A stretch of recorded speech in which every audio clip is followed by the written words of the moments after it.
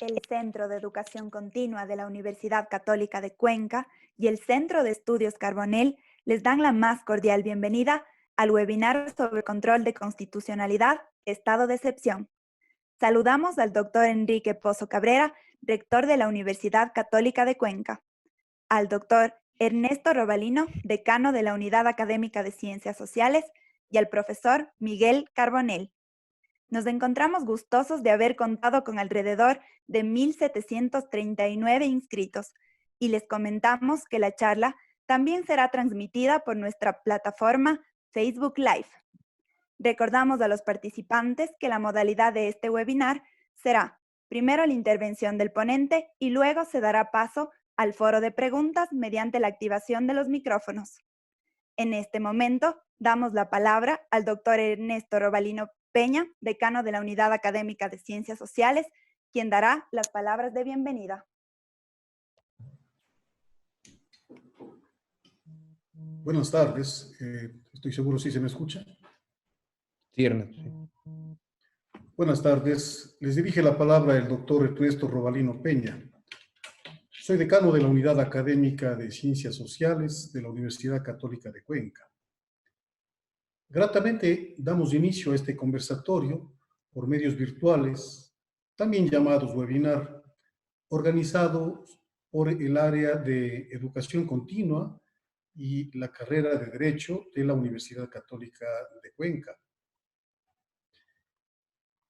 Y en nombre de todos quienes hacemos la universidad, les doy la más cordial bienvenida a este evento de talante internacional, pues que con las facilidades que la tecnología hoy nos ofrece y las limitaciones que el estado de excepción nos impone, tenemos hoy la valiosa presencia de muchos colegas, abogados, docentes, estudiosos del derecho y la filosofía, amantes de la reflexión profunda, que físicamente se encuentran en otros países y en aislamiento, pero todos conectados. Adicionalmente, debo añadir que tenemos la firme decisión de conseguir que nuestros estudiantes obtengan la mejor formación en sus estudios. Deseamos ser partícipes directos de su formación en valiosos profesionales capaces de construir la columna vertebral del progreso social, económico y jurídico de nuestro país, por qué no decirlo del mundo.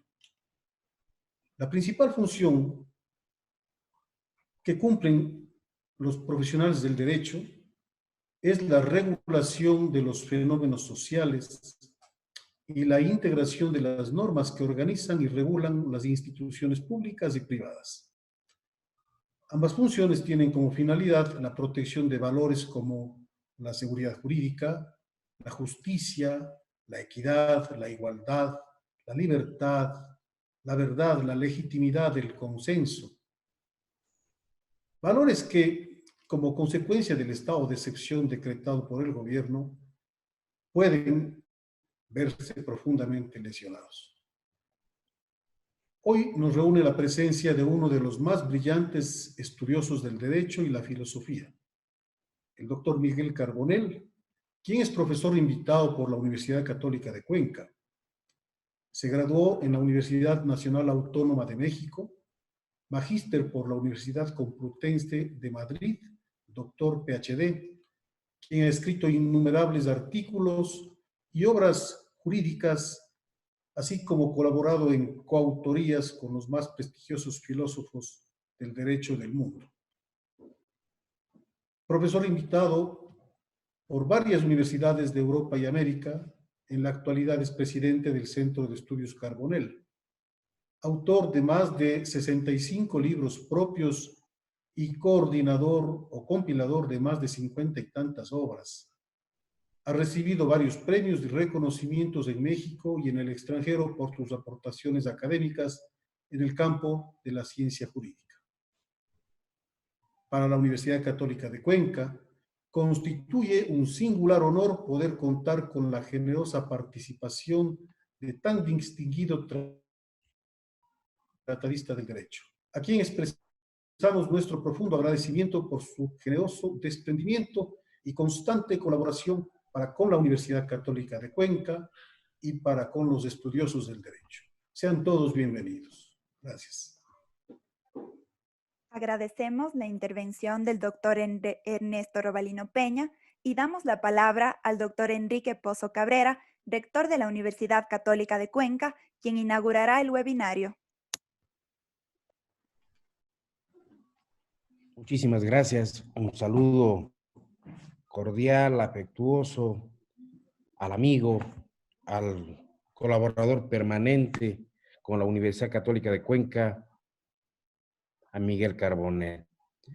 Ernesto ha hecho ya una referencia a su trayectoria, a su pensamiento brillante. Yo diría que valdría la pena decir que Miguel es de aquellas personas que pasa desde la dogmática constitucional hacia el derecho procesal constitucional de una manera brillante, constitucionalizando todos y cada uno de los procesos, de los hechos, de las pruebas, de las acciones, de la argumentación. Es un virtuoso intelectual del derecho constitucional reconocido en el mundo. Realmente hablar hoy de un control de constitucionalidad en un estado en el que parcialmente la Constitución deja de tener plena vigencia, pues el estado de excepción limita ciertas garantías y derechos consagrados en la Constitución. Pero la Constitución, el acuerdo político entre el pueblo y el Estado está plenamente activo. Y para desarrollar una temática que realmente nos va a apasionar escucharle a Miguel, hoy este webinar lo inauguro realmente con muchísimo auspicio de que va a ser totalmente exitoso. Bienvenido, Miguel, muchísimas gracias, señor decano, señor jefe del Departamento de Educación Continua, abogado Stalin Bernal, por esta generosa invitación que me permite saludar, acercándonos a través de la tecnología, pero distantes, hoy con Miguel, en este proceso nuevo de vivir en sociedad, que nos evita ese abrazo caluroso que desde aquí le extiendo a Miguel Carbonell. Bienvenido y muchísimas gracias por tu presencia. Agradecemos al señor rector Enrique Pozo Cabrera y damos paso al profesor Miguel Carbonell, quien nos hablará sobre el control de constitucionalidad, estado de excepción. Muchísimas gracias, muy buenas tardes hasta el Ecuador. Aquí estamos transmitiendo desde la capital de la República Mexicana, desde la Ciudad de México. Y antes de abordar el tema que me fue asignado para esta conversación, quisiera dirigir un mensaje de saludo, de fraternidad y de concordia para todos los juristas del Ecuador. Es un país con el que me siento muy cercano, me siento muy identificado, muy vinculado, porque gracias precisamente a la generosidad del doctor Enrique Pozo y de su magnífico equipo de colaboradores, he podido estar en repetidas ocasiones visitando el Ecuador, tanto en eventos organizados por la Universidad Católica de Cuenca, como en instituciones de la capital, de Quito. He estado en Guayaquil, he estado en diversos puntos de la geografía del Ecuador y me siento verdaderamente en casa cuando los visito. Es para mí uno de los países más cercanos en mi experiencia académica y en mi experiencia de vida. Entonces, lo primero es mandarles un saludo. En segundo lugar, desearles con toda sinceridad, con todo mi corazón, que estén bien de salud ustedes y sus familias. Les deseo que puedan salir de la mejor manera posible de este tránsito difícil por el que está pasando Ecuador, como toda América Latina y como todo el mundo, y privilegiar, priorizar, cuidar la salud, que es hoy nuestro bien más valioso. No hay nada más valioso, no hay nada que pueda tener más importancia en este momento. Y en tercer y último lugar, agradecer esta oportunidad, la posibilidad de dirigirme a todas y todos ustedes, centenares de personas que están siguiendo este evento a través de Internet, de las redes sociales, de Facebook Live, de la plataforma Zoom. Y esto ha sido posible gracias a la coordinación, al convenio de colaboración que tenemos firmado entre la Universidad Católica de Cuenca y el Centro de Estudios Jurídicos Carbonell. Agradezco a Enrique Pozo, a Ernesto Robalino, a mi queridísimo amigo Stalin Bernal y a Carolina Sarmiento por esta oportunidad. Y bueno, pues empezando ya con el tema, les diría que el control de constitucionalidad, y podríamos ampliarlo a un control de convencionalidad de los estados de excepción, pasan por el requisito ineludible de comprender qué son estos estados de excepción. Parecería algo obvio, parecería algo evidente, pero creo que es importante que tengamos claridad respecto a los alcances de la propia figura, porque si nosotros entendemos bien cuál es el significado y alcance del estado de excepción, vamos a tener la posibilidad de llevar a cabo un mejor control de constitucionalidad y convencionalidad de esta figura. Una figura que desde luego tiene un carácter complejo, ha sido una figura compleja que tiene antecedentes remotos en el derecho romano y que está vinculada en esos antecedentes remotos del derecho romano a formas de gobierno no democráticas. Quizá ahí viene un poco de la sensación de incomodidad que en la lógica del Estado constitucional de derecho sentimos, porque el origen de la figura del Estado de excepción se da en el marco de formas de gobierno no democrático. Entonces, eso genera cierta, digamos, incomprensión o cierta incomodidad.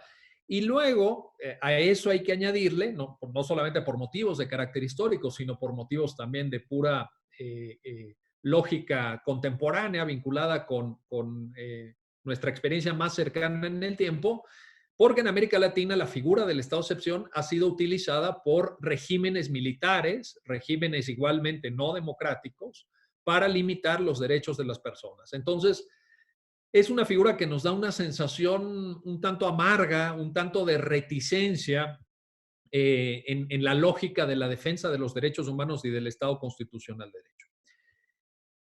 Debo decir también, y lo quiero poner a consideración de inicio, de arranque, que es una figura, la del estado de excepción, que tiene un marco jurídico internacional.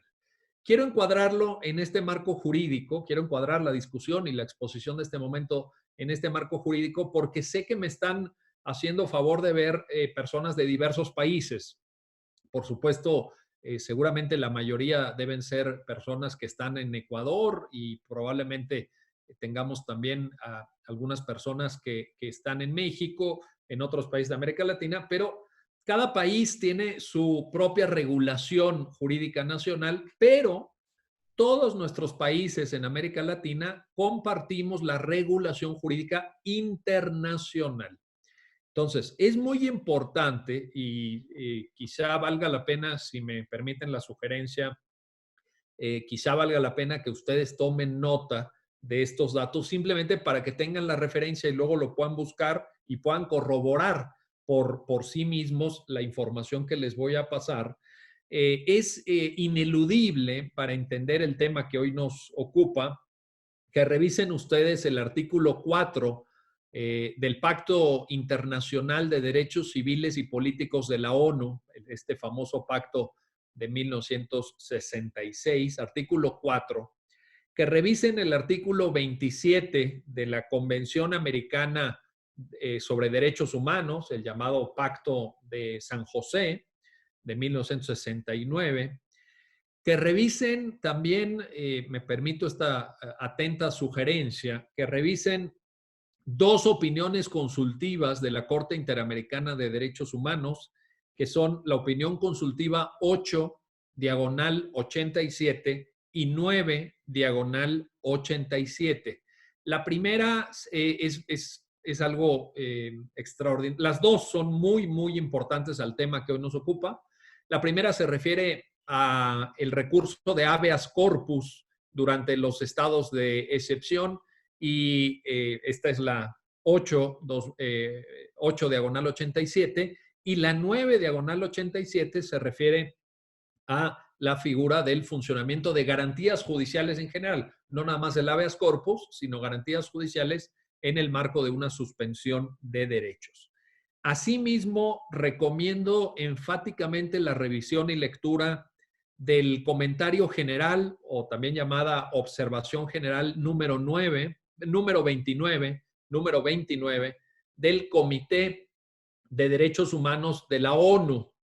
Observación general número 29 del Comité de Derechos Humanos de la ONU. Este es un documento promulgado, dado a conocer, publicado el 24 de julio del 2001 y es un documento a través del cual el Comité de Derechos Humanos de Naciones Unidas le da una interpretación oficial a los alcances del artículo 4, que ya cité, del Pacto Internacional de Derechos Civiles y Políticos. Entonces, este documento, la observación general número 29, sirve para entender el alcance y la interpretación que la propia ONU, que la propia Organización de Naciones Unidas le ha dado a ese artículo 4. Y particularmente, digamos, en términos generales es de interés, pero estoy seguro que será de específico interés para toda la comunidad jurídica del Ecuador. Recomiendo también la lectura del caso de la sentencia dictada por la Corte Interamericana de Derechos Humanos en el caso Zambrano Vélez y otros contra Ecuador. Es un caso precisamente contra el país de ustedes. Esto es una sentencia emitida, es muy fácil de encontrar en internet. Todo lo que he dicho es muy fácil de encontrar. El 4 de julio del 2007, en el año 2007, se produjo esta sentencia de la Corte Interamericana, en la cual, entre muchos otros temas que el Tribunal Interamericano aborda, se analiza una declaratoria de estado de excepción que tuvieron en el Ecuador hace ya bastantes años, no en referencia a lo que hoy estamos viviendo. Yo creo que lo que hoy estamos viviendo es muy, muy particular y tiene un significado muy, muy específico, sino una suspensión por causas de conmoción interior, temas de digamos, altercados a temas de seguridad, paz pública, etc. Pero aquí lo interesante es que la Corte Interamericana de Derechos Humanos nos da una serie de lineamientos y creo que es de especial interés para el Ecuador la revisión de esta sentencia. Ahora, este es el marco jurídico internacional. ¿Por qué quiero arrancar, digamos, esta conversación, esta conferencia con esta referencia? Porque he tenido oportunidad de leer el decreto de declaratoria de estado de excepción del presidente Lenín Moreno. Lo he leído con detalle, es un documento largo, son 18 páginas, si no me equivoco, y tengo mi punto de vista, tengo mi opinión sobre el contenido del decreto, como seguramente la tienen todas y todos ustedes, pero yo quisiera, sin evadir evidentemente alguna pregunta que pudiera más adelante llegar al final de la conversación, pero yo quisiera ser muy respetuoso de la situación que está viviendo el Ecuador. Yo con mucha precaución, siempre que me dirijo o tengo la oportunidad de visitar países de América Latina, procuro no opinar de la situación interna desde el punto de vista jurídico que los países están viviendo o hacerlo de la manera más descriptiva y más informativa de la que yo sea capaz, porque creo que la valoración jurídica y la valoración política y social y a lo mejor económica y sanitaria, en este caso, la tienen que hacer ustedes. Ustedes en el Ecuador son los que están más preparados, son los que tienen más información, los que conocen perfectamente el contexto. Y yo creo que una democracia sana, que una democracia robusta, que una democracia moderna o sustantiva, para usar el término del profesor Luigi Ferrajoli, pues tiene que tener los suficientes resortes para discutir estos temas por sí mismo, sin que venga nadie a decirles cómo se tienen que hacer las cosas. Yo, desde luego, no me siento preparado ni capacitado para ello. Yo más bien aportaré argumentos en defensa general del Estado constitucional de derecho. Ahora, siguiente idea. Creo que es muy importante que, al margen del origen histórico, al cual ya hice una brevísima mención y referencia en el derecho romano, del estado de excepción vinculado con figuras dictatoriales, no democráticas, etcétera, creo que es importante que partamos de un supuesto que estimo de la mayor relevancia. Hoy en día, en el marco de nuestros estados constitucionales de derecho, tal como está regulado el estado de excepción en la Constitución ecuatoriana del 2008, la Constitución de Montecristi, que es una constitución muy larga, creo también, y sé que hay una discusión en la comunidad jurídica del Ecuador, la he podido atestiguar en diversos viajes que he hecho a su país.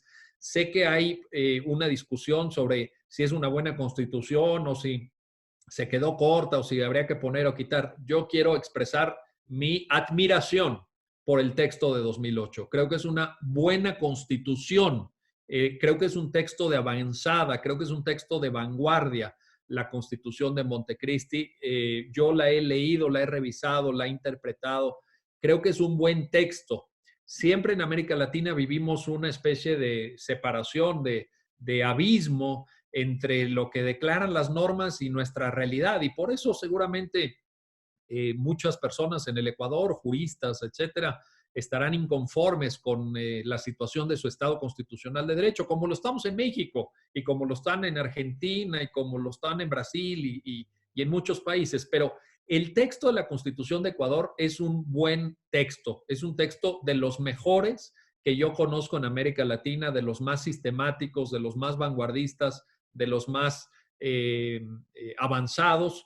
Junto, lo digo también porque es un texto que admiro y una práctica constitucional que tiene muchas cosas rescatables, junto con el texto de la Constitución colombiana de 1991, que también es un texto muy elocuente. Por cierto, el decreto del presidente Lenín Moreno, en una de las citas que hace en una nota a pie de página, tiene unas cuantas notas a pie de página, cita un texto, un manual de derecho constitucional chileno y cita también una sentencia de la Corte Constitucional de Colombia, que ha sido líder en muchos de estos temas. Así que yo creo que el texto es muy bueno. Nosotros en México tenemos una reforma constitucional del año 2001 que modifica el procedimiento para llevar a cabo la declaratoria de estado de excepción y esto quiere decir que tenemos un marco jurídico, digamos, reciente, que tenemos un marco jurídico que ya no tiene nada que ver con ese origen histórico en el derecho romano del estado de excepción. Yo creo que hoy todos podríamos estar de acuerdo en que el estado de excepción tiene perfectamente encaje, siempre y cuando se aplique bien, pero la figura, digamos, en abstracto, tiene perfectamente encaje en el estado constitucional de derecho. Y esto me interesa mucho dejarlo claro por la siguiente razón, porque yo me gustaría defender la idea esta tarde de que el estado de excepción es un mecanismo de defensa del Estado constitucional de derecho y es un mecanismo de defensa de los derechos humanos. Hay quien dice que el estado de excepción es una suerte de violación, es una suerte de paréntesis, de restricción absoluta de los derechos humanos. Yo creo que no. Yo creo que es un mecanismo de defensa del Estado constitucional y es un mecanismo de defensa de los derechos humanos. Y en el contexto de la pandemia por COVID-19 es una herramienta, es un mecanismo de defensa del derecho a la salud. Hay quien ha dicho, quiero compartirles este símil, hay quien ha dicho que el estado de excepción es algo parecido desde el punto de vista constitucional a lo que en el derecho penal se podría llamar la legítima defensa. Bueno, yo no sé si este símil sea exacto, sea adecuado.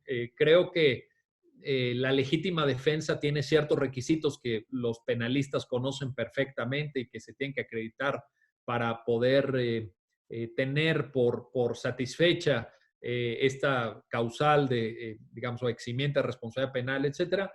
Y creo que el estado de excepción va por otro lado, va por otro camino. Pero sí es cierto que digamos, la figura de la legítima defensa se puede evocar en el sentido de poner atención a la protección de bienes jurídicos relevantes.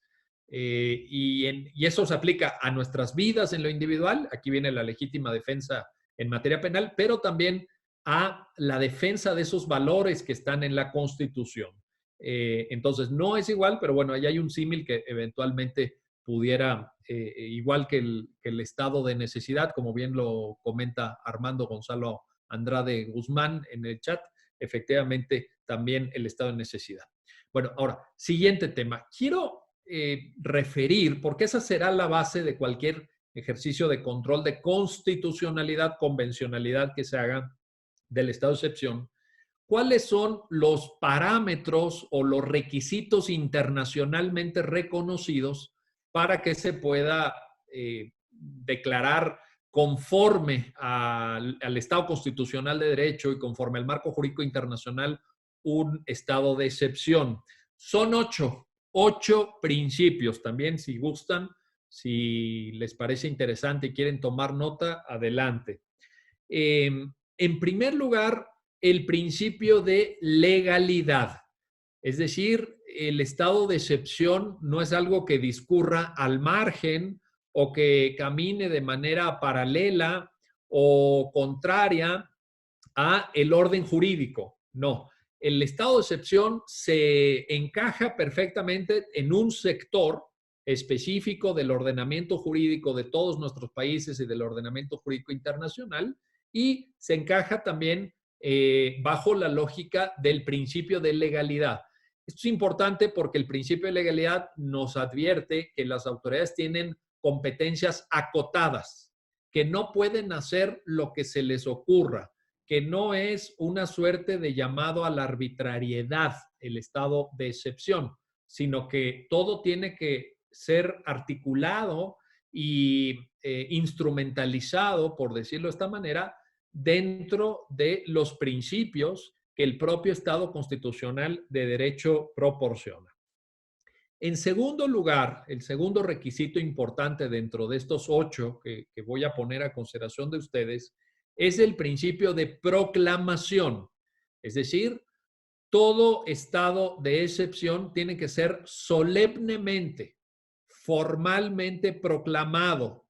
Tiene que haber certeza respecto a cuándo estamos ante esta declaración de estado de excepción, qué alcance tiene el estado de excepción, etcétera. Tiene que haber una cierta solemnidad, una formalización de la declaratoria de estado de excepción.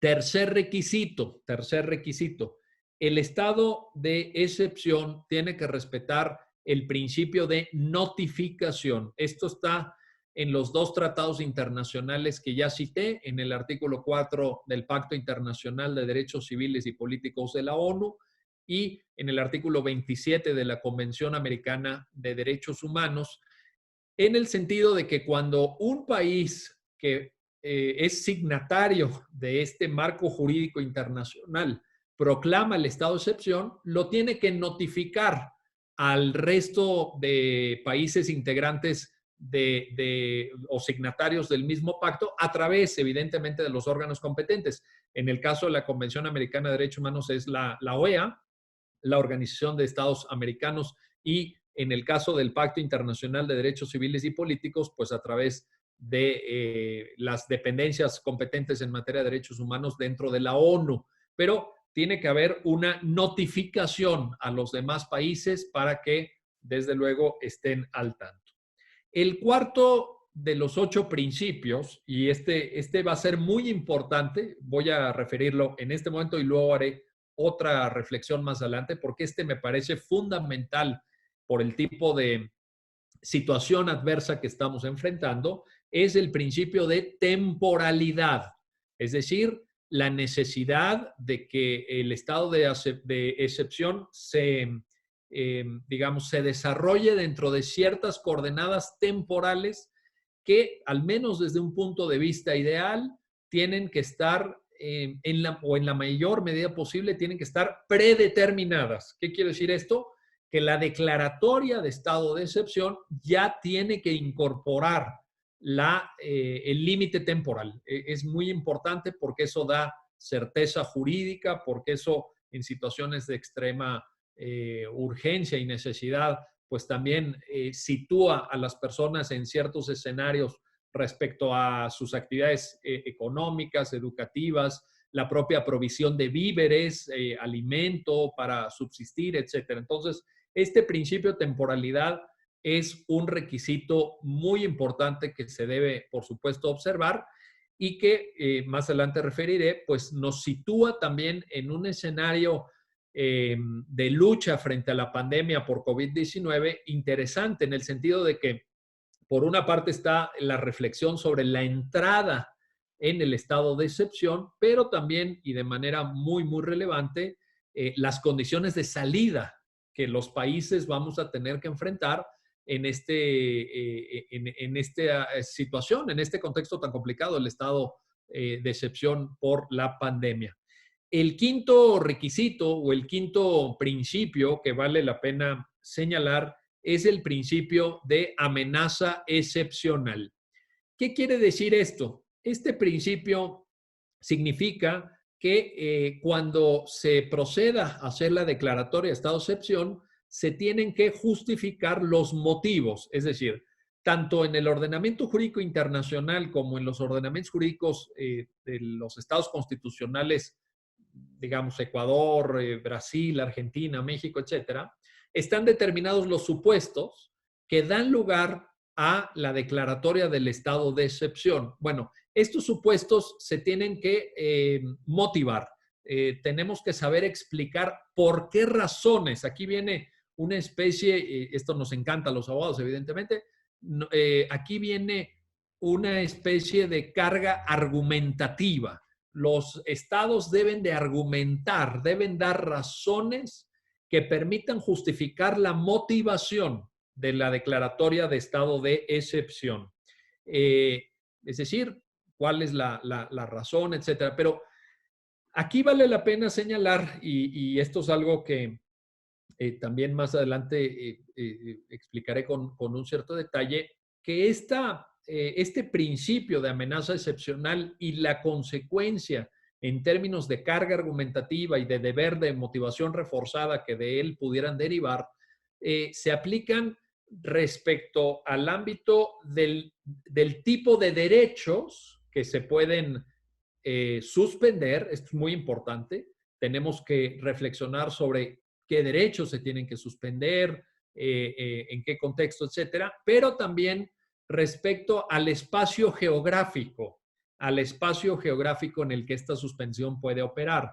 De hecho, si ustedes aceptan mi respetuosa sugerencia de que revisen el caso Zambrano, Vélez y otros contra Ecuador de la Corte Interamericana, justamente un reproche que la Corte Interamericana le hace al Estado ecuatoriano tiene que ver con esto, tiene que ver con que aquella antigua declaración de estado de excepción fue hecha para todo el país, para todo el territorio, cuando desde el punto de vista de la Corte Interamericana, por lo menos, no se requería una extensión geográfica completa para el estado de excepción en el Ecuador en ese momento, sino que se pudo haber acotado a ciertas regiones, a ciertas áreas geográficas que tenían una situación peculiar a la que hacer frente. Entonces, creo que cuando nosotros nos referimos al principio de amenaza excepcional y de todas las derivaciones que vienen junto con él, creo que tenemos que pedir una motivación en ese sentido. ¿Qué derechos vas a suspender? O sea, primero, ¿cuáles son las razones que detonan la declaratoria de estado de excepción? ¿Qué derechos es pertinente suspender? ¿Y con qué alcance geográfico? Además del tema de la temporalidad que ya mencioné. 6. El principio es muy importante. Esto es fundamental lo que les voy a decir y también es algo en lo que los abogados tenemos mucho por aportar. El principio de proporcionalidad, es decir, las medidas que se tomen tienen que ser proporcionales, tiene que haber un análisis causa-efecto, tiene que haber una argumentación de medios afines. Yo voy a usar el medio que se llama declaratoria de estado de excepción porque quiero lograr este y este fin. Eso tiene que ser expresado, tiene que ser explicado, tiene que ser argumentado por las autoridades. Y aquí vale la pena señalar algunas cuestiones adicionales. Uno, este principio de proporcionalidad en cuanto a que si se da o no se da y en qué condiciones se da, solamente se puede hacer caso por caso. El análisis correspondiente será caso por caso. No hay una receta universal, no hay un criterio genérico que nos pueda orientar, sino que pues en cada situación, la situación por la que está atravesando cada país tiene que ser la que nos diga si se está observando o no este principio de proporcionalidad. Y esto lo quiero comentar porque en efecto lo que hemos visto como respuesta, como reacción de muchos países frente a la pandemia por COVID-19, pues nos ofrece un marco muy disímbolo, muy heterodoxo incluso en algunos casos de reacciones. Ha reaccionado de manera distinta a China, por ejemplo, que Italia, que España, que Estados Unidos. En América Latina, bueno, lo digo porque es público y no es una crítica, pero ha llamado mucho la atención, por ejemplo, la situación en Nicaragua, en donde el presidente Daniel Ortega ha minimizado esta amenaza y han continuado mayormente con sus actividades cotidianas. Esto pues ha llamado la atención, es algo pues muy curioso. O, por ejemplo, la actitud también renuente por algunos momentos del presidente Bolsonaro en Brasil, pues haciendo referencia a que esto era una especie de gripa, a que no pasaba nada. Y, por supuesto, también las referencias del presidente de mi país, el presidente López Obrador de México, que en un primer momento también quizá no le dio la importancia que esto tenía y que luego un grupo de científicos y las propias autoridades sanitarias le hicieron ver y eso cambió mucho el discurso del presidente López Obrador y permitió tomar medidas más aceleradas y más contundentes. Pero de todas formas, aquí vale la pena un análisis caso por caso. La realidad de un país no es la misma que la realidad de otros países. Leía un informe de la Organización Mundial de la Salud que decía que, por ejemplo, la pandemia tuvo efectos devastadores en Italia o en España porque su población en un alto porcentaje está integrada por personas adultas mayores, es decir, el promedio de edad de la población en general en España y en Italia es bastante alto.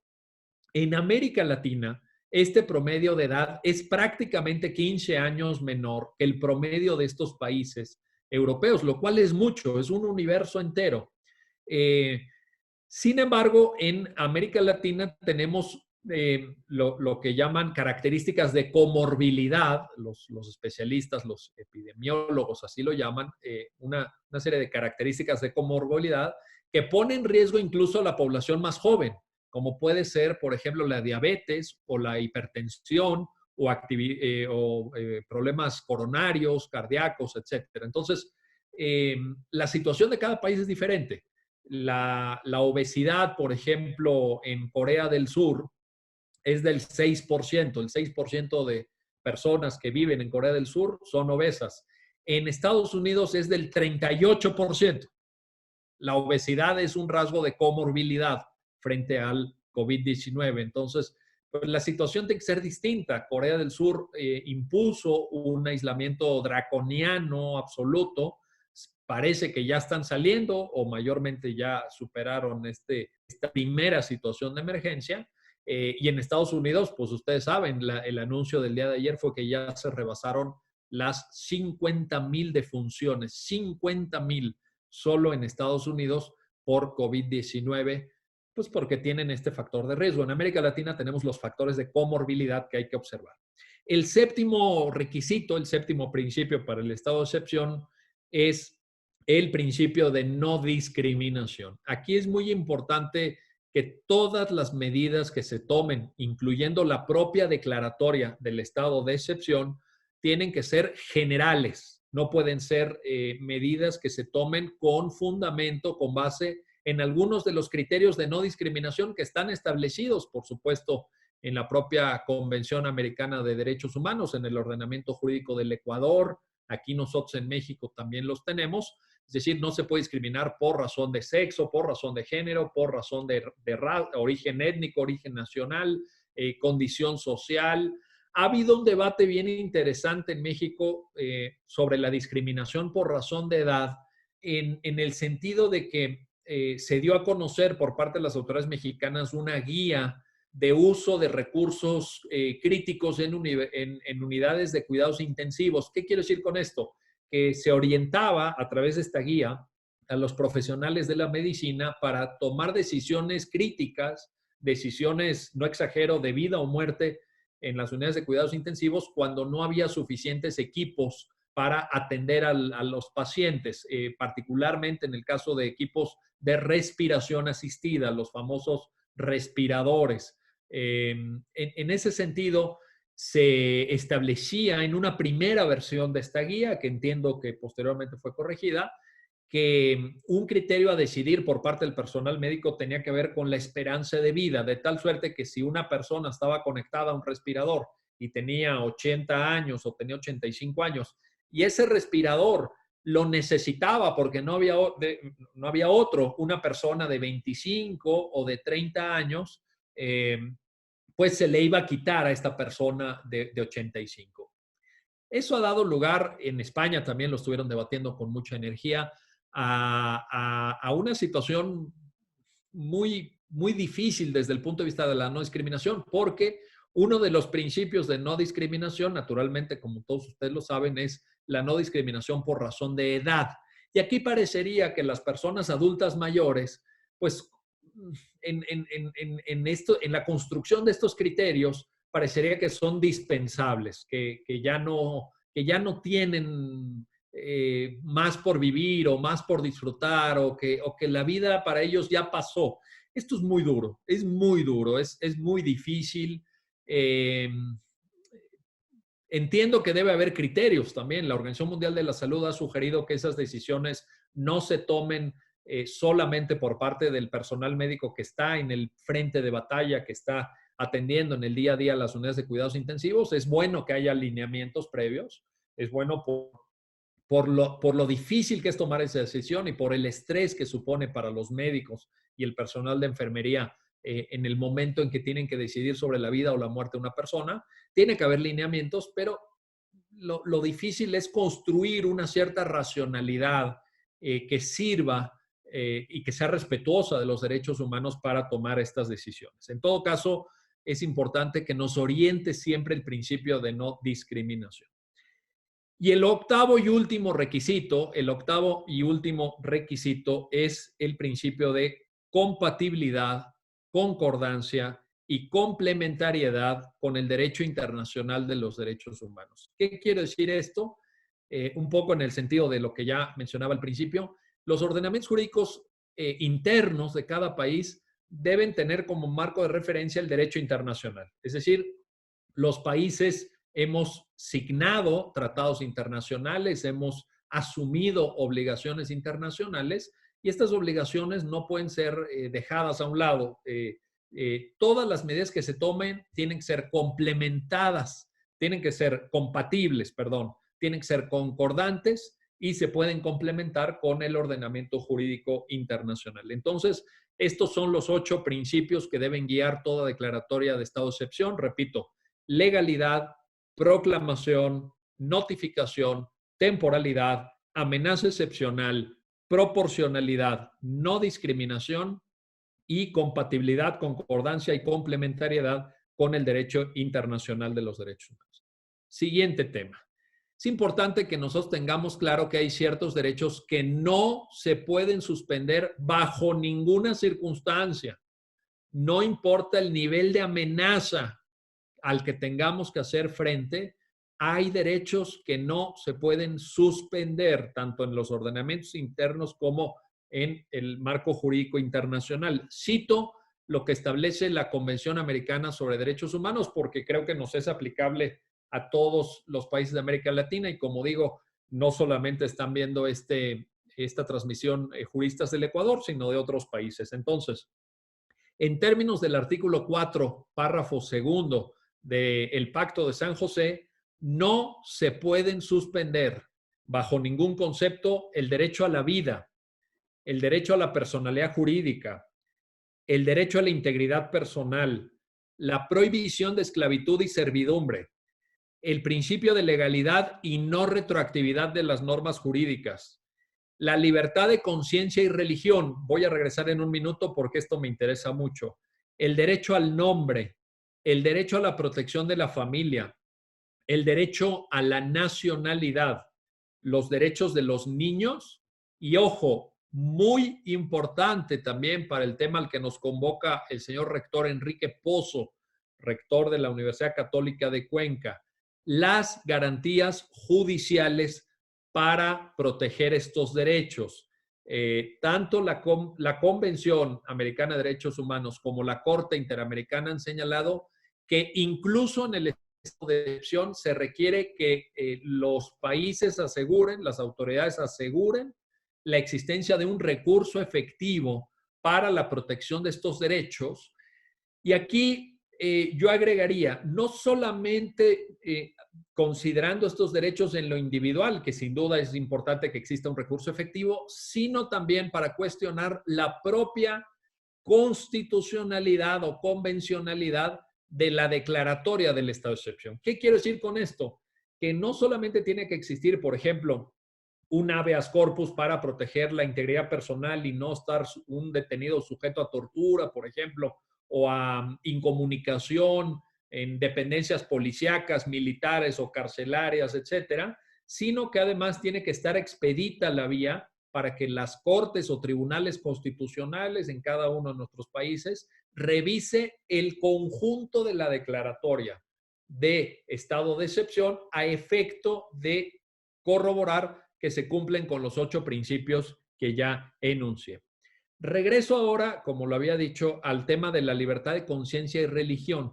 Fíjense que aquí hay una paradoja bien difícil que hemos visto en Italia, que hemos visto en España y que está llegando a nuestra América Latina, infortunadamente, que es el hecho de que las personas en ese último tránsito que están haciendo, muchas de ellas no tuvieron la oportunidad de ser conectadas a un respirador artificial porque no estaba disponible, porque no alcanzaron, por la razón que sea. Y en ese último tránsito por la vida, hay personas que necesitan, que requieren de un apoyo espiritual, de un soporte que pudiera darle un sacerdote, un rabino, alguien que, la figura, vaya, que corresponda en términos del ejercicio de la libertad religiosa que cada persona asuma de manera compatible con sus propias creencias. Y el carácter extraordinariamente contagioso de este coronavirus que estamos enfrentando ha impedido que las personas tengan el ejercicio de esta última manifestación de la libertad religiosa con este alivio, con este acompañamiento en el tránsito hacia la muerte de quienes representan su credo religioso. Entonces, yo creo que este es un tema que tenemos que repensar. He visto experiencias, insisto, por ejemplo, en Italia, en donde hay curas que transmiten a través de un iPad, por ejemplo, a través de plataformas de videoconferencia, pues un último, digamos, servicio religioso a los dolientes, a los enfermos que están en tránsito de fallecer. Yo no sé si con eso se cumpla adecuadamente. Yo no sé si deberíamos de pensar que con las debidas medidas de precaución y con el equipo de protección individual que sea necesario, los curas deban poder entrar, deban poder asistir anímicas. Para un creyente esto tiene la mayor relevancia. El hecho de poder estar de conformidad con de la propia fe, de la propia religión en ese tránsito hacia la muerte es algo valiosísimo para muchas personas y debemos respetarlo. Entiendo el carácter contagioso del coronavirus, entiendo el riesgo que esto supone, hay que extremar las medidas de precaución, las medidas de protección, etcétera, pero creo que esto aliviaría ese momento de dolor, de sufrimiento, de angustia por el cual están pasando muchas personas. Y dos cosas para terminar, porque ya estamos llegando al término del tiempo que me fue asignado. Dos cosas más.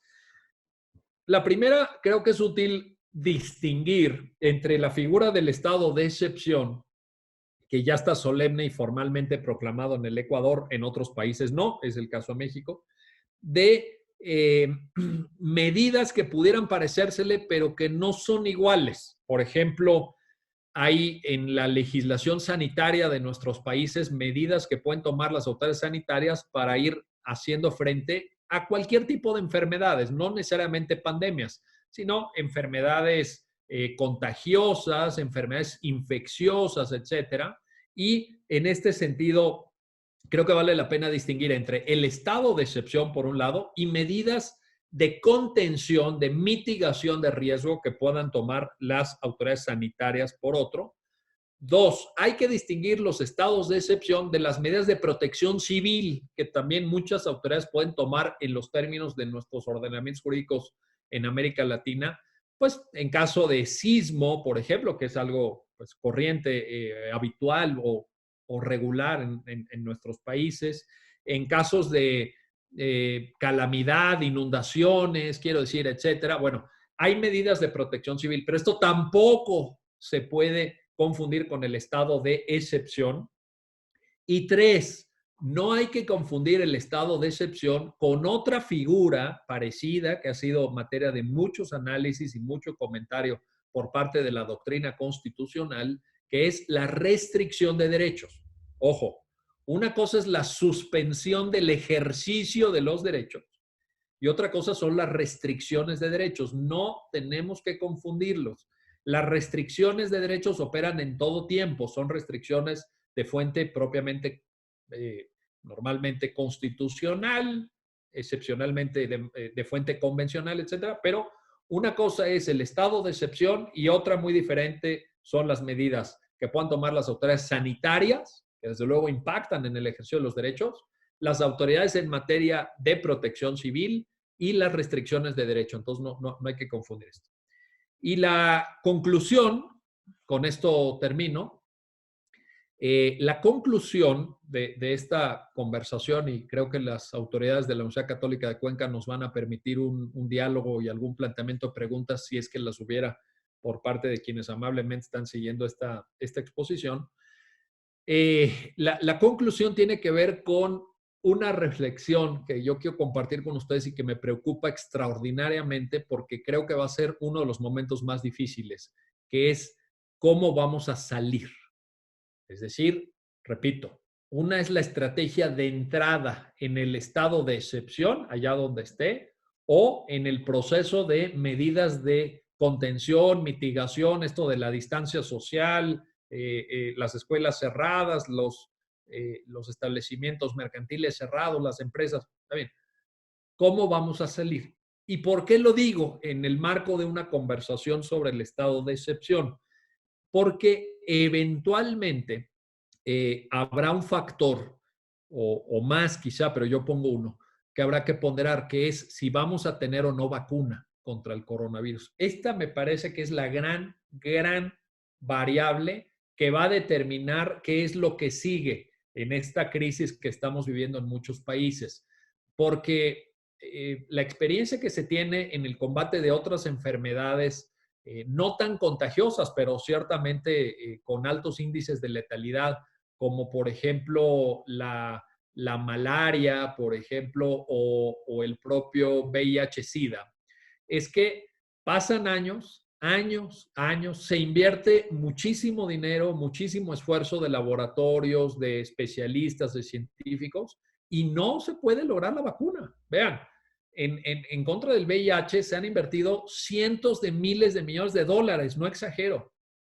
No hay vacuna todavía, más de 30 años después de que inició pues este fenómeno del VIH. Entonces, ¿tendremos o no una vacuna contra el coronavirus?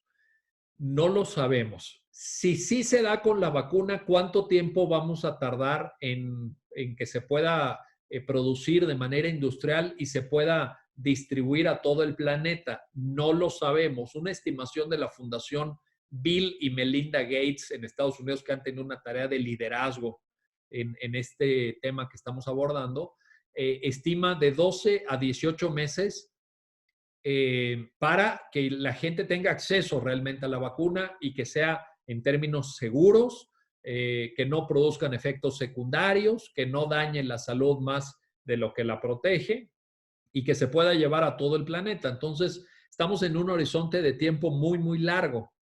¿Qué vamos a hacer mientras tanto? Va a haber una salida parcial en cuanto a algunas actividades. Habrá territorios donde ya no sean necesarias las medidas de protección extraordinaria o de límite o de suspensión del ejercicio de derechos por razón de territorio.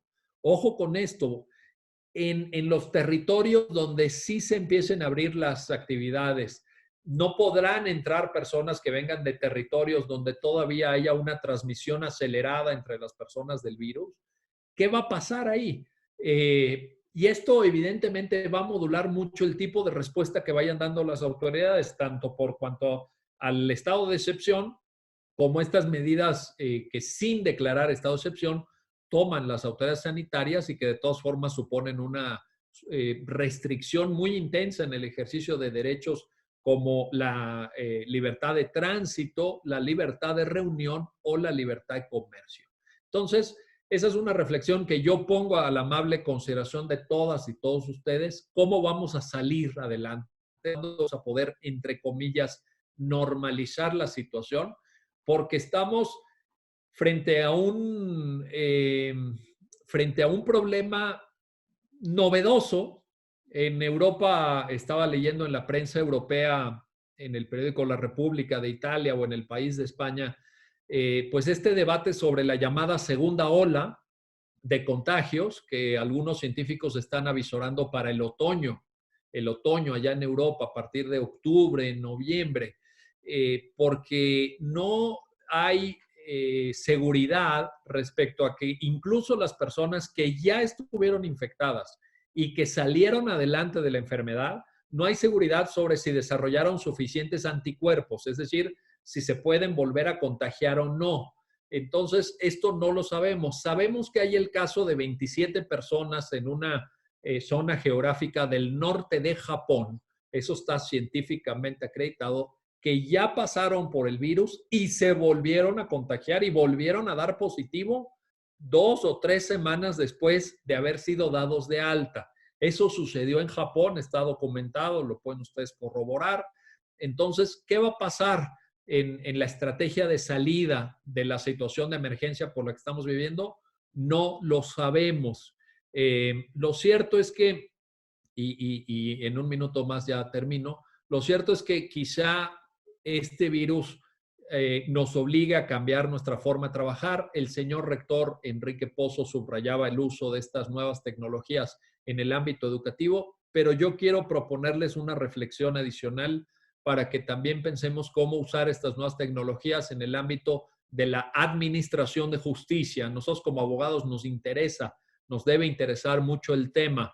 Tenemos que caminar hacia esquemas de justicia digital, de desahogo de audiencias a través de videoconferencia, de notificaciones electrónicas, de expediente digital, de medios alternativos de solución de controversias que no requieran necesariamente la presencia física en un mismo lugar de todos los involucrados, de un mediador, de un árbitro y de las partes. Tenemos que pensar en una manera diferente de desahogar nuestras consultas. Yo en estas, pues ya casi 6 semanas que tenemos en una situación de distanciamiento social en México, desde mediados de marzo, he atendido a muchos de los clientes de mi firma de abogados a través de videoconferencia, como estoy haciendo en este momento, a través de mensajes de redes sociales, de WhatsApps, desahogando consultas, enviando documentos, dictámenes que me han sido solicitados sobre diversos temas. Ha habido una gran conflictividad en México, como me imagino que en el Ecuador, en tema laboral, he tenido que desahogar literalmente cientos de consultas de empresas, de trabajadores que me han hecho favor de consultar sobre condiciones de modificación de contratos laborales, de prestaciones salariales, por ejemplo, de pagos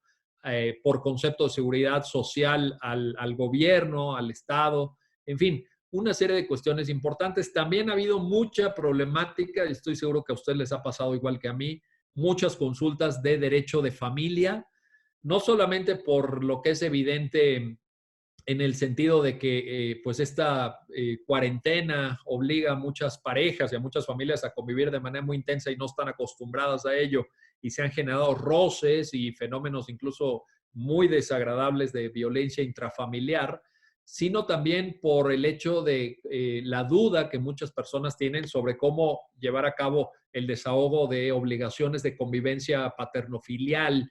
Se mantiene el régimen de visitas de los hijos con los progenitores, no se mantiene. ¿Qué pasa con aquellos regímenes de custodia compartida? Han llegado muchísimas consultas también en materia de derecho de familia, en materia, como les decía, de derecho laboral, y también, y hemos estado incluso, ha sido tanta la atención que esto ha generado que hemos dado varios cursos sobre el tema, también sobre derecho civil y mercantil, para examinar el cumplimiento de los contratos en materia civil y mercantil de tracto sucesivo, contratos de arrendamiento, por ejemplo, y la posibilidad de aplicar teorías de la imprevisión, causales de fuerza mayor o caso fortuito para modular, no incumplir, pero sí modular, digamos, algunas de estas obligaciones civiles y mercantiles. Así que, como pueden ver, hay muchos temas, hay mucho por trabajar desde la óptica de nosotros como abogados,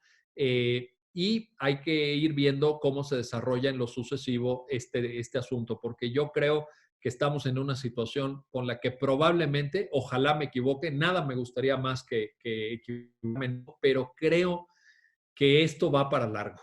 Creo que va para largo. Creo que estamos en una situación no episódica o coyuntural. Creo que si esa variable que ya mencioné de la vacuna no avanza, estaremos durante muchos meses en una situación diferente a la que teníamos antes de la expansión de este coronavirus. Yo les agradezco su atención. Es para mí un gusto poder comunicarme con la comunidad jurídica del Ecuador y con todos los juristas de México que ya estoy leyendo en el chat que me están enviando saludos. Yo les envío también un muy cordial saludo. Les agradezco su tiempo, su atención y sobre todo su paciencia. Gracias por escucharme y estaré atento a que si nuestra amiga Carolina Sarmiento lo tiene a bien por medio de las autoridades de la Rectoría de la Universidad Católica, pues se pudieran plantear algunas preguntas si es que hubiera alguna duda o alguna cuestión que comentar respecto al tema que hoy nos ocupa. Muchas gracias y estoy pendiente de las amables cuestiones que quieran plantear. Perfecto, doctor. Así es, se abrirá un foro de preguntas en este momento. Agradecemos su excelente intervención y vamos a comenzar a dar paso a las personas que han levantado la mano a lo largo de la conferencia. En este momento vamos a dar paso a Constantino Sánchez. No sé si nos escucha.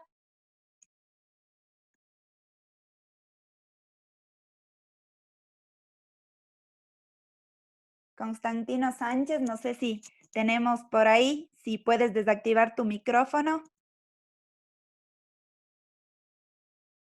Ahí estamos en contacto, ¿nos escuchas? Hola. Por honor al tiempo, si es que las personas no nos dan respuesta rápido, vamos a ir cambiando los nombres.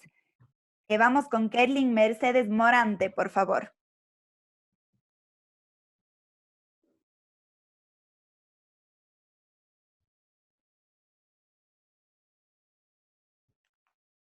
Kerlin Mercedes, ¿nos escucha?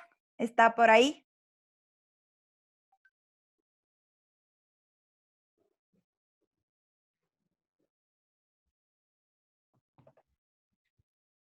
No tenemos respuesta tampoco de Kerlin. Vamos con Solís Muñoz Juan Bautista, por favor.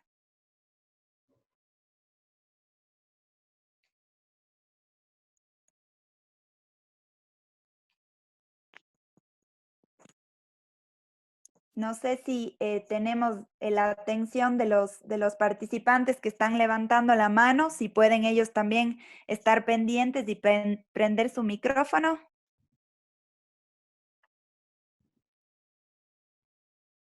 De lo contrario, seguimos. Jesús Martínez Gutiérrez, por favor.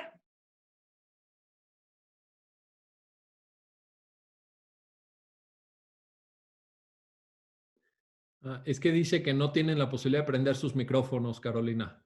Están comentando en el chat que no parece cómo prender los micrófonos. Perfecto, no sé si Sebastián nos puede ayudar con eso, por favor, el ingeniero Sebastián. Sí, sí está abierto el micrófono. A ver, revisen si ya pueden activar los participantes, alguno de ellos, el micrófono, por favor. Ahorita Vamos a tiene acceso solo Jesús Martínez. Si él no, le estamos dando uno por uno porque no podemos abrir todos de una sola. Muchas gracias. Ahí tenemos, gracias. Muchas gracias y agradezco su liderazgo a nivel interamericano.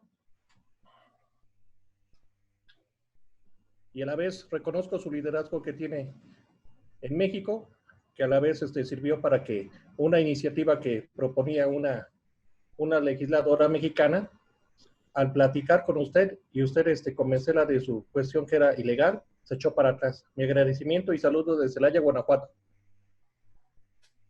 Muchas gracias, Jesús, muy amable.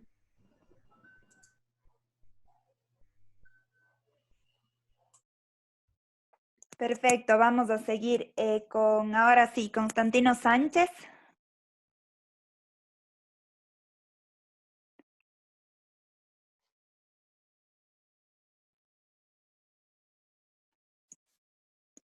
Ya activamos los micrófonos, no sé si Constantino se encuentra vigente.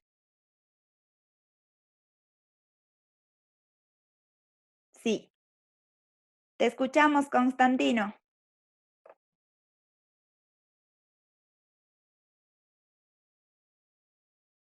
Ya está activado tu micrófono, no sé si nos escuchas.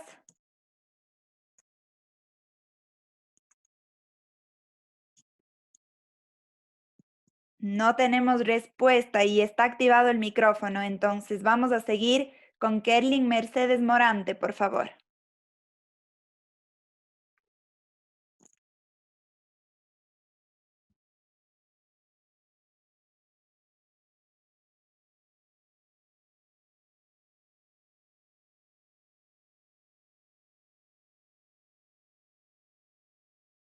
No sé si Kerlin Mercedes nos escucha. Ya está con la opción de activar el micrófono. Ella también puede desactivar el suyo. No sé si nos escucha.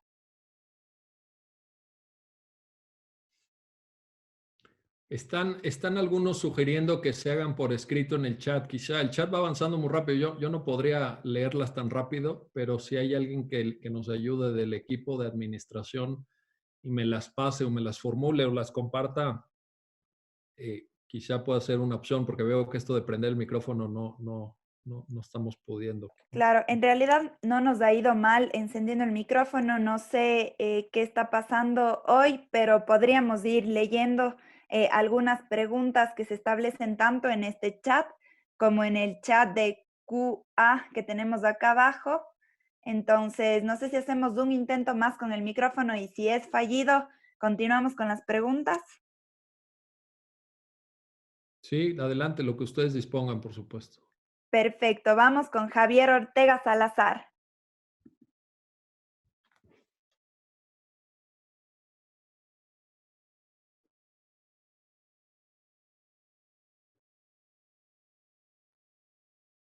Javier Ortega, no sé si nos escucha.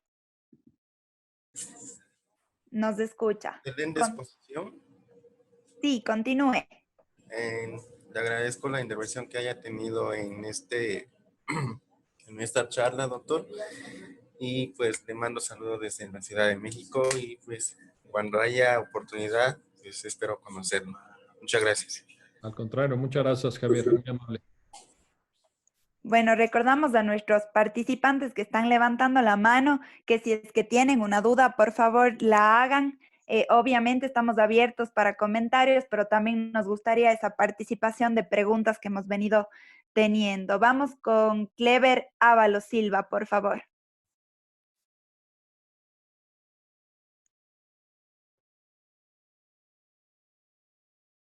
Buenas tardes, profesor Carbonell. Sí, dígame. Mi nombre es Clever Ábalos Silva, les saludo desde Quito, Ecuador.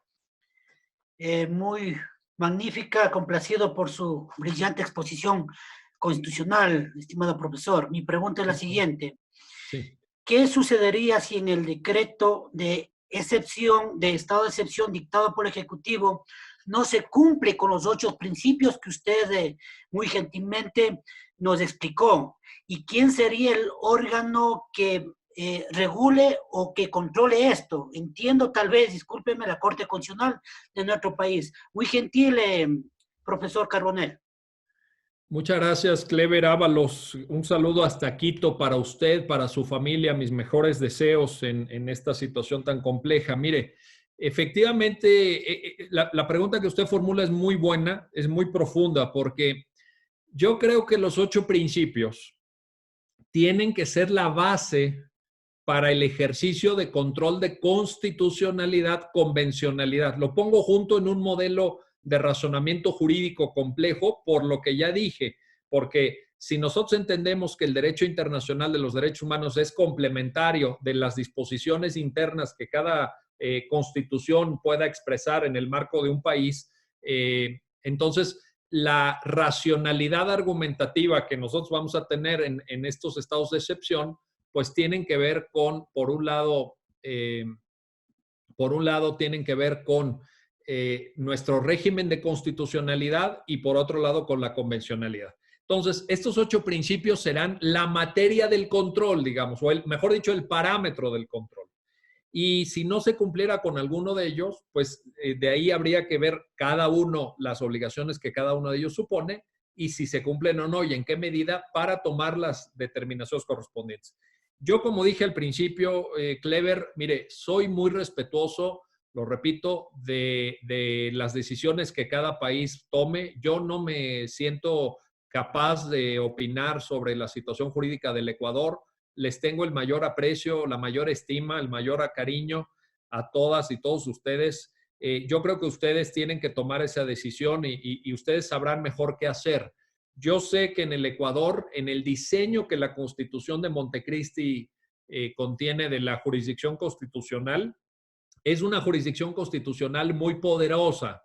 ¿Qué quiero decir? Que la Corte Constitucional del Ecuador tiene los medios, tiene las herramientas suficientes para controlar pues prácticamente todos los actos de autoridad dentro del Estado ecuatoriano.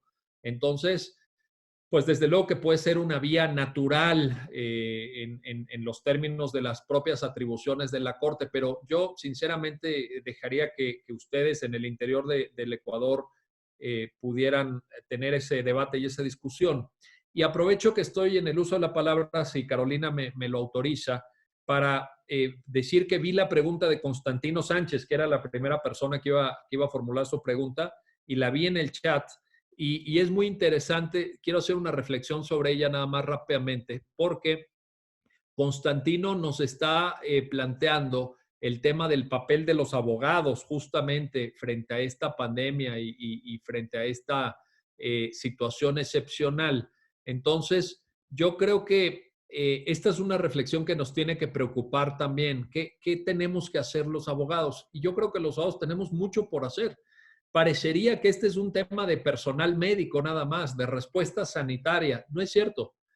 Se requiere una respuesta jurídica también contra el coronavirus. El derecho tiene mucho por decir y mucho por aportar.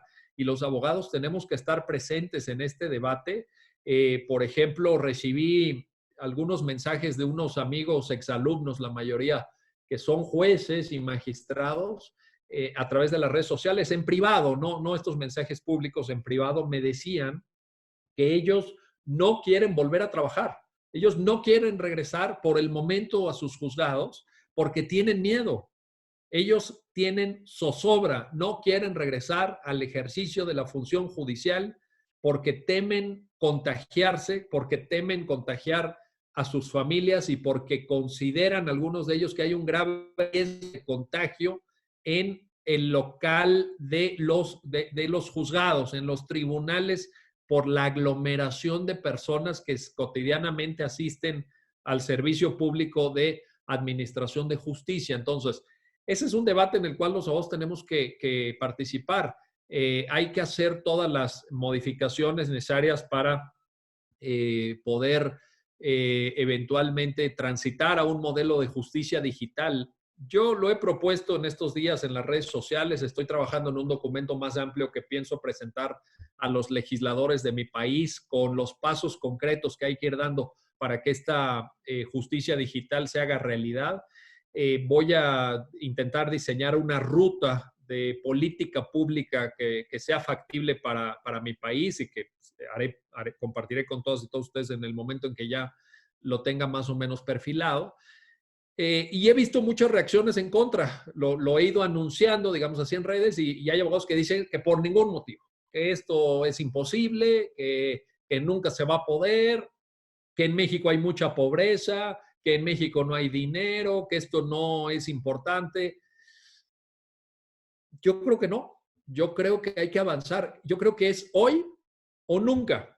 Hoy o nunca. Porque de que podamos avanzar en este tema de la justicia digital, literalmente depende, va en ello nuestra vida, nuestra salud y la vida y la salud de nuestras familias y de nuestros compañeros de trabajo.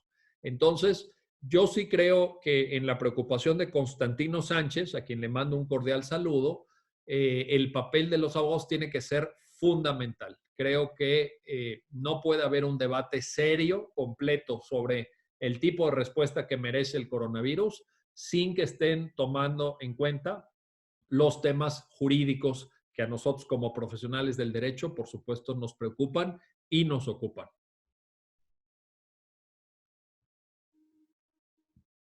Perfecto, vamos a continuar. Hemos detectado que el problema es que los participantes tienen que estar pendientes porque se les activa enseguida el acceso al micrófono y ellos también tienen que estar pendientes de que esté encendido. Entonces vamos con Clever Ábalos, por favor. No, él ya habló, hizo un comentario.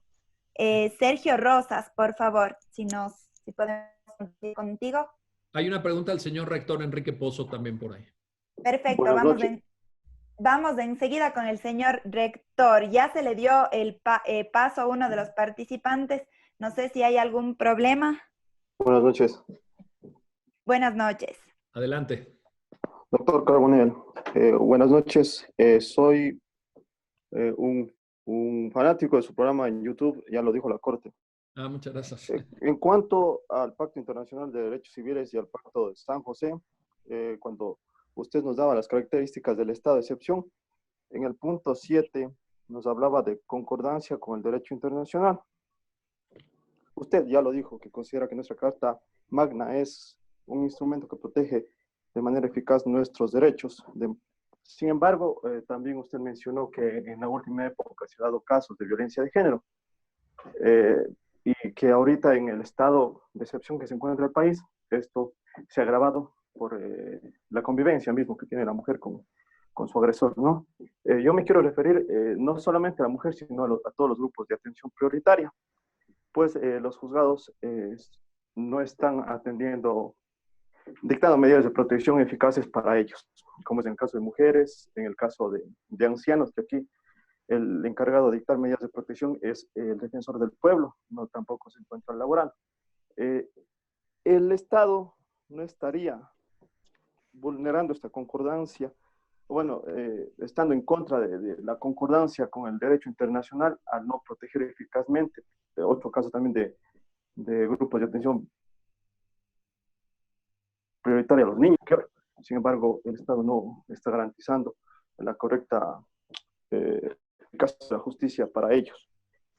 A su criterio, a su criterio, ¿usted considera que el Estado... Esta pregunta es muy importante y en términos de lo que ha dicho la Corte Interamericana, tanto en la opinión consultiva que ya cité al principio, la 887 como la 987, siempre debe haber un recurso eficaz de protección de los derechos humanos, incluso en estado de excepción. Esto empata con la preocupación que usted de manera muy sensible y muy inteligente está planteando, porque evidentemente la posibilidad de ejercer ese recurso efectivo depende de que los tribunales estén funcionando. Por eso decía yo, en este momento es urgente que los abogados nos pongamos a trabajar y nos pongamos a tomar todos o a dar a todos aquellos pasos, propuestas, iniciativas, etcétera, que podamos en el ámbito de nuestro conocimiento para que la justicia vuelva en lo inmediato, salvaguardando la vida, la salud, la integridad física de quienes laboran en el ámbito de la justicia para que regrese y esté en pleno funcionamiento. Porque desde luego cita usted el caso de la violencia, pero yo le puedo hablar de despidos masivos de gente que las empresas sencillamente echaron a la calle y que no tienen un solo ingreso para subsistir. Cuestiones urgentes de violencia intrafamiliar, por supuesto. Tema de cárceles, tenemos un problema muy serio en América Latina con las cárceles, ya se están dando contagios masivos en las cárceles por coronavirus también, es un polvorín que puede estallar en cualquier momento. Entonces necesitamos a los juzgados funcionando, y además, como usted sabe, seguramente si ejerce la profesión de abogado, para nuestros representados, para nuestros clientes, su caso es el caso más importante. Entonces, aquí no nos podemos poner exquisitos con que solamente los jueces penales, solamente los procedimientos urgentes de protección de derechos. Necesitamos a la justicia funcionando. La justicia es un servicio esencial del Estado de Derecho. Insisto, con las limitaciones, con las medidas que sean razonables para proteger la vida de los juzgadores, pero necesitamos a los tribunales abiertos. No abiertos físicamente, quiero decir, sino accesibles, abiertos en términos de accesibilidad, usando quizá, insisto, los recursos que la tecnología nos permite o de la manera en que sea, pero ciertamente no podemos seguir posponiendo el trabajo que tendrían que estar haciendo los órganos de administración de justicia. Perfecto. Ahora sí, este momento vamos a dar la palabra al doctor Enrique Pozo Cabrera, que estaba queriendo hablar hace un momento. Muchísimas gracias. Realmente brillante la exposición, Miguel, la he seguido con muchísima atención, pero quiero hacer hincapié y mi pregunta va por lo último que habías dicho, con lo que coincido plenamente. Creo que la función jurisdiccional tiene que ir hacia la virtualidad, pero pasaría por varios estamentos y decisiones, que es la que te planteo. La primera, debería declararse a la conectividad como un derecho humano, para evitar de esta manera que la gratuidad del acceso a la justicia se vea vulnerado. Luego, que esto permita también generar igualdad entre todos, porque quienes más acceso tienen van a ser privilegiados dentro de la administración de justicia y los sectores de la ruralidad se quedarían marginados. Entonces, la pregunta sería, Miguel, ¿crees tú que deberían los estados declarar la conectividad, la accesibilidad a la virtualidad como un derecho humano a efecto de que la administración de justicia pueda también realizarse a través de los mecanismos online? Esa es una muy buena pregunta, mi estimado rector. Le agradezco que la haya formulado porque me va a permitir abordar un tema de interés, estoy seguro, para todas y todos nosotros. Mire, en primer lugar, la respuesta a su pregunta de manera muy puntual es sí. No solamente la conectividad, sino en términos generales una accesibilidad al mundo digital, y esto con base en diversos documentos de ONU. Ya la Organización de Naciones Unidas ha emitido diversos pronunciamientos donde ha estado, digamos, perfilando el acceso a medios digitales desde la lectura de los derechos humanos. Es decir, lo pongo en otros términos, quizá un tanto limitados, pero creo que la idea es relativamente fácil de entender, el acceso a Internet como derecho humano. Eso es. Entonces, en ese sentido, creo que por ahí deberíamos de caminar y deberíamos de caminar de manera acelerada, señor rector, por un lado. Dos, he escuchado esta preocupación que usted ahora nos hace favor también de compartir sobre los posibles fenómenos de discriminación a través, si se usa la justicia digital, por el diferente acceso a Internet que tenemos a lo mejor en ciudades grandes y el que tienen en ámbitos rurales.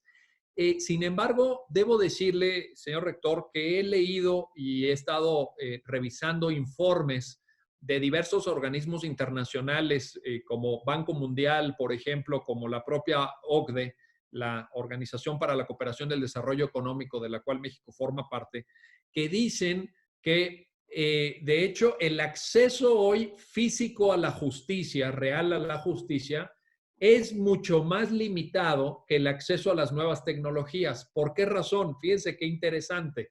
Hay un estudio que dice que el 57%, es un estudio del Banco Mundial, el 57% de la población en el mundo no tiene acceso a los tribunales, no tiene acceso a la justicia hoy día.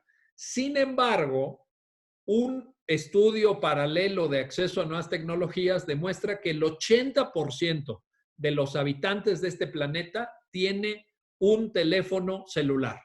Un teléfono celular.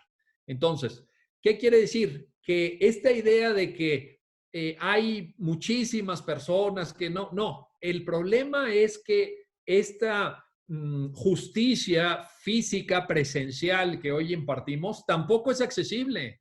Esta justicia que hoy tenemos no permite la igualdad y la no discriminación. Claro, en la letra de la ley sí. La norma dice, pues todos tengan acceso a los tribunales, pero en la práctica no lo tienen. No lo tienen. Entonces, estos estudios lo que están sugiriendo es que precisamente lo que podríamos lograr con una aceleración de la justicia digital es generar mayor inclusividad, precisamente, mayor inclusión. Entonces, es una preocupación muy legítima, la de no discriminación, la de igualdad en el acceso, pero yo creo que las nuevas tecnologías nos pueden perfectamente ayudar en eso. Miren, les comparto, a propósito de este tan interesante punto que el rector Enrique Pozo nos está compartiendo, les comparto yo también una pregunta. En el último libro, o en el más reciente libro de un destacado jurista inglés que lleva 4 décadas trabajando sobre los cambios a la justicia y el papel de los abogados, que se llama Richard Susskind.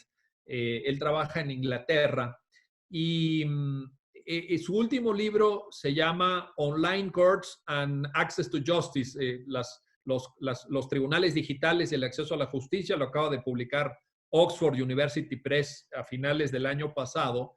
En ese libro, Richard Susskind se hace una pregunta muy interesante, que es la siguiente. ¿La justicia es un servicio o es un lugar? Fíjense qué pregunta. ¿La justicia es un servicio o es un lugar? ¿Es un lugar al que vamos? ¿Es un lugar al que acudimos? ¿Es un lugar en el que nos reunimos? ¿O es un servicio que está trabajando en la defensa de ciertos valores y de ciertas causas? Bueno, la respuesta es obvia. La justicia es un servicio. Entonces, la manera en la que ese servicio se provee es algo que nosotros podemos modular para que sea lo más efectiva y lo más inclusiva que podamos lograr. Yo creo que el futuro de la justicia es digital, lo creo sinceramente. Creo que las tecnologías ya lo permiten, que la capacidad de almacenamiento de los aparatos con los que hoy contamos es muy alta. La calidad de la transmisión, como ustedes pueden ver, también es igualmente alta.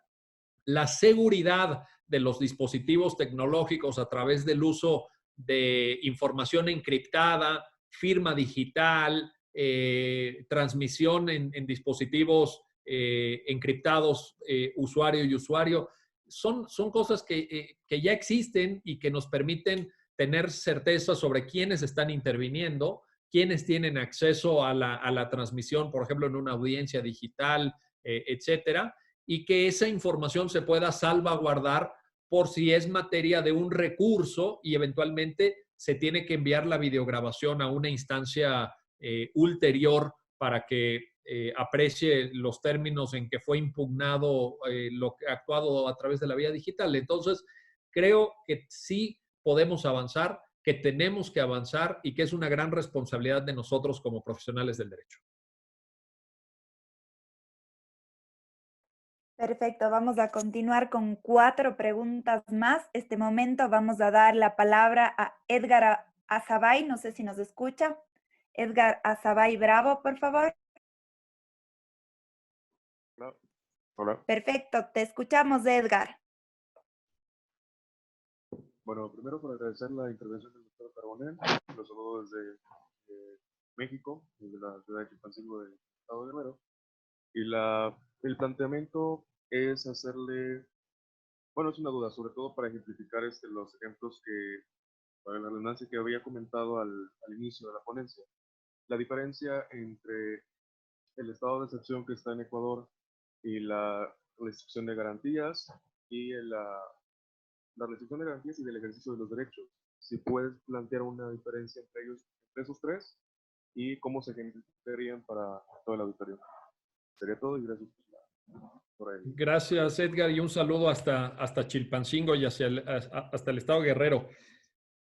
No, efectivamente, como yo lo decía al final de la conferencia, yo creo que el estado de excepción, digamos, la suspensión de garantías, requiere ser formalmente declarado y determinar las condiciones del ámbito geográfico que va a abarcar esta suspensión de derechos y en la mayor medida posible, aunque esto puede ir evolucionando y puede cambiar, pero en la mayor medida posible hacer también una determinación de la temporalidad en la cual se aplicará este estado de excepción.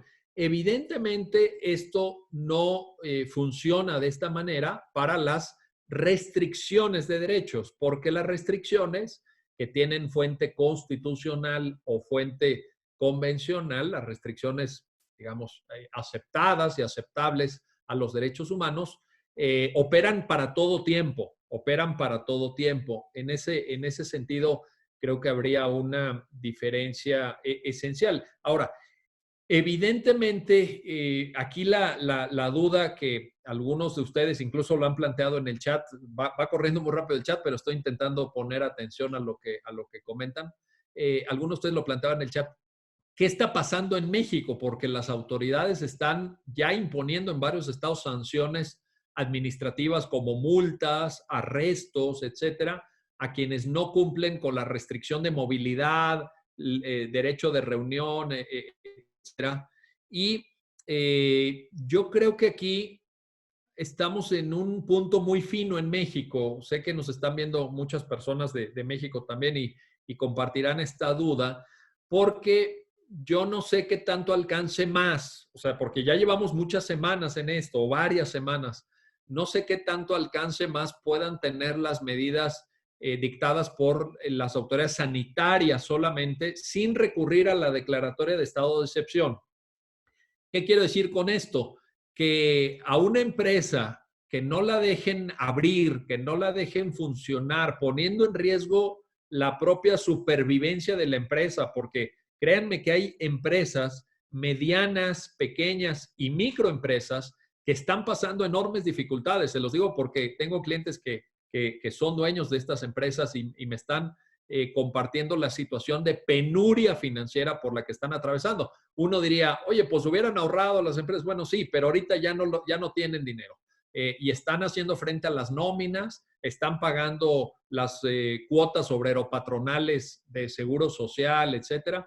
Entonces, están pasando muchas dificultades.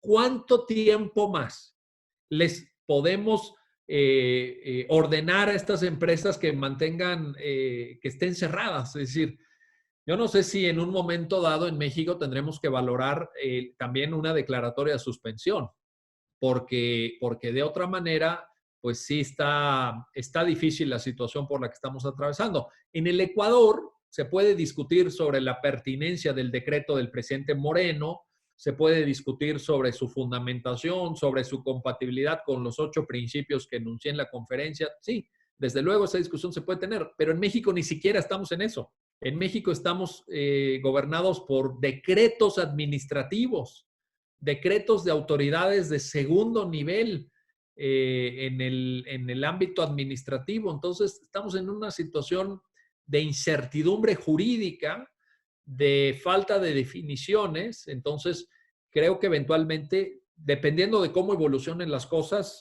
tendremos que plantear una declaratoria de estado de excepción en México, pero hay muchas variables para llegar a esa declaratoria. En este momento vamos a dar la palabra a Camilo Isaac Espinosa, por favor. No sé si lo tenemos. Sí, buenas noches.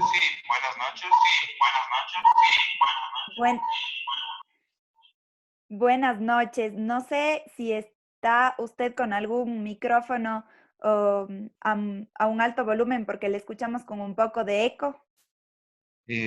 Parece que ya lo solucioné. Le bajé un poco el volumen a la computadora. Perfecto, continúe. Sí, se solucionó. Perfecto. Muy buenas noches. Yo le saludo, doctor, desde la ciudad de Loja, al sur del Ecuador. Tuvimos honrosa presencia en la ciudad de Loja en el año 2017. Así es.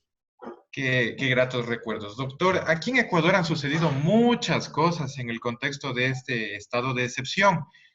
Y obviamente yo sé que usted no quiere opinar subjetivamente, si cabe el término, de lo que pasa a la interna del Ecuador, pero yo quisiera solicitarle opiniones más bien técnicas, jurídicas al respecto. Por ejemplo, sucedió que el presidente Lenín Moreno decretó el estado de excepción y, como usted conoce nuestra Constitución, tiene la Corte Constitucional que obligatoriamente pronunciarse emitiendo un dictamen de constitucionalidad para ver si ese estado de excepción es constitucional o no. La Corte únicamente responde a una pregunta, a un problema jurídico. ¿Es constitucional, sí o no? Nada más. Resulta que la Corte dijo que el decreto era constitucional y nada más. Sin embargo, obviamente el manejo de la crisis ha sido desastroso en nuestro país. El gobierno falló, sobre todo en el tema de protección sanitaria de los médicos, y algunos juristas plantearon una acción de incumplimiento del dictamen de la Corte para, a través de esta acción de incumplimiento, intentar del dictamen de la Corte que decía que el Estado es constitucional, intentar que el gobierno provea de los insumos médicos al personal sanitario. Eso técnicamente hablando me parece que es un sinsentido. Sin embargo, como esto solo lo conocemos los abogados, a nivel de la opinión pública, el pueblo cree que la Corte Constitucional falló, que la Corte Constitucional le dio la espalda al pueblo. Otra cosa que se criticó fue que el presidente de la Corte Constitucional, el doctor Hernán Salgado, respondió vía email, antes siquiera de tramitar esta acción de incumplimiento, diciéndoles a los abogados básicamente, oigan, no pierdan el tiempo, planteen bien las cosas, ejerciten la vía adecuada. Estos abogados posteriormente plantearon ya una acción de protección ante un juez ordinario, que sería la acción de tutela de amparo mexicana, pero esta sí me parece técnicamente que era la idónea, pero les negaron. El juez les negó, hoy en apelación se volvió a negar, indicando que el Estado ha cumplido a cabalidad con todo. Entonces, ¿en qué sentido ahí ha habido una garantía jurídica real, en primer lugar? Segundo, usted conocerá que el Consejo de la Judicatura prohibió en un principio que se tramiten garantías jurisdiccionales en el país. Afortunadamente esto se dio paso atrás gracias a la CIDH. Entonces, ¿hasta qué punto nosotros como países tenemos una garantía material real de ejercicio de derechos cuando vemos que aquí la plantearon finalmente técnicamente como debería ser, pero el juez la rechazó? Y finalmente, su inquietud, una inquietud es, aquí hemos estado sin dinero para afrontar la pandemia. El Estado, yo soy servidor público y el gobierno básicamente ha dicho que los servidores públicos nos van a recortar el sueldo, que no podemos seguir trabajando más, que la realidad va a cambiar, que nuestros sueldos no son suficientes, no son pagables ya. Entonces, básicamente, del servidor público se va a recolectar los fondos para pagar esta pandemia, pero sin embargo decidieron pagar deuda externa a tenedores de deuda privados. Entonces, no sé qué recursos nosotros podríamos plantear técnicamente hablando frente a esto. El Estado no quiere hacer ningún esfuerzo y más bien cumplir con sus obligaciones crediticias, y simplemente está pretendiendo sacar del pueblo el dinero para pagar la crisis. No sé si me hice entender con mis preguntas. Muchas gracias. Gracias Camilo. Sí, se hizo entender usted muy bien y guardo un grato recuerdo de mi visita a su ciudad, a Loja. Como les decía al principio, he estado en varias ciudades del Ecuador. He tenido la oportunidad de visitar el Parque Nacional El Cajas. Sí se llama El Cajas, ¿verdad, Stalin? Aquí está Stalin que nos está viendo.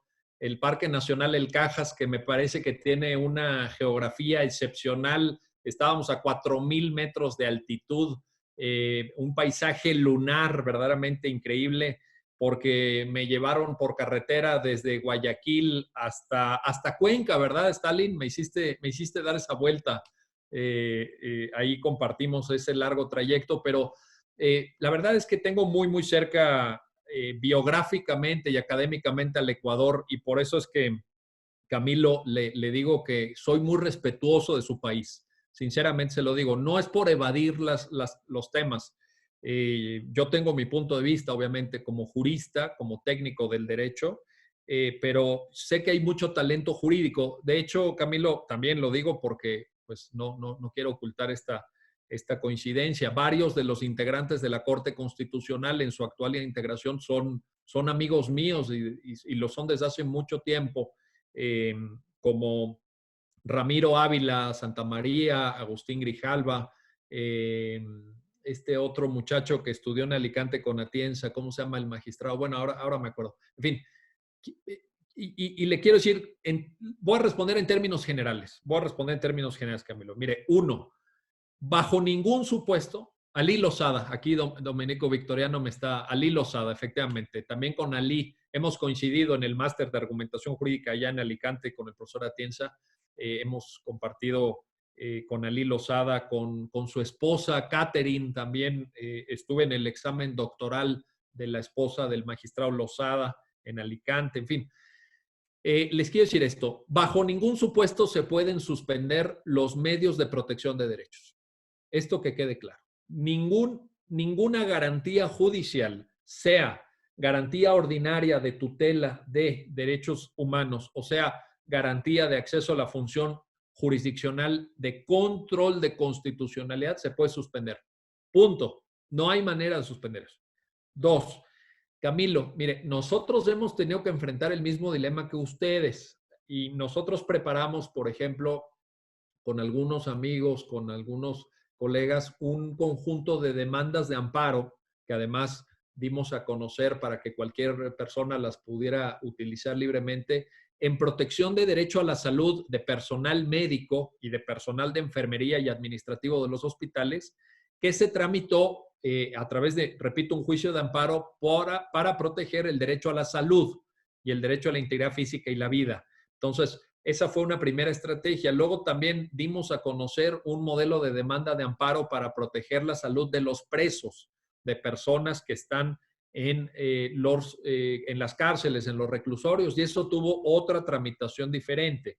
Se acaba de promover un juicio de amparo también por parte de más de 400 abogados en un estado cercano a la capital, que es el estado de Michoacán, para que no se restringiera indebidamente, a juicio de los promoventes, su libertad de tránsito, y fue materia de una medida cautelar dictada por un juez federal. Entonces, mi respuesta, Camilo, sería que hay que buscar las vías idóneas, las vías adecuadas, sin pronunciarme respecto al ordenamiento jurídico del Ecuador, para estar planteando esas cuestiones y que esas cuestiones sean resueltas por los tribunales. Yo creo que aquí las barras, los colegios de abogados, las escuelas, las facultades de derecho pueden aportar mucho al debate, pueden generar formatos, modelos de demandas que sean presentadas, pueden exigir que abran ciertas guardias en los tribunales para casos de emergencia, etcétera. Creo que hay mucho por hacer, hay mucho trabajo. Yo quiero compartir con ustedes, con las muchas personas que todavía nos están teniendo paciencia para seguir esta discusión, que yo en estas semanas de cuarentena y de confinamiento he trabajado más que nunca y créanme que normalmente trabajo bastante. Créanme que estoy muy ocupado todos los días. Yo trabajo de lunes a domingo, Para mí no hay días libres. Afortunadamente es algo que disfruto mucho. No lo digo con pesar, lo digo con gusto porque me fascina, me encanta, me apasiona mi trabajo. Pero nunca había trabajado tanto como en estas semanas porque ha sido un verdadero alud de cosas en lo académico, en temas de asesoría jurídica y de atención y de acompañamiento a dudas, a preguntas, a situaciones de inquietud de los clientes y también pensando en qué sigue. Yo asumo que algunos de nosotros tenemos una gran responsabilidad con el país, tenemos una gran responsabilidad con los clientes, evidentemente, con los alumnos, evidentemente, con la familia, desde luego, pero también con el país. Y estamos intentando aportar ideas, aportar propuestas, cabildeo político incluso.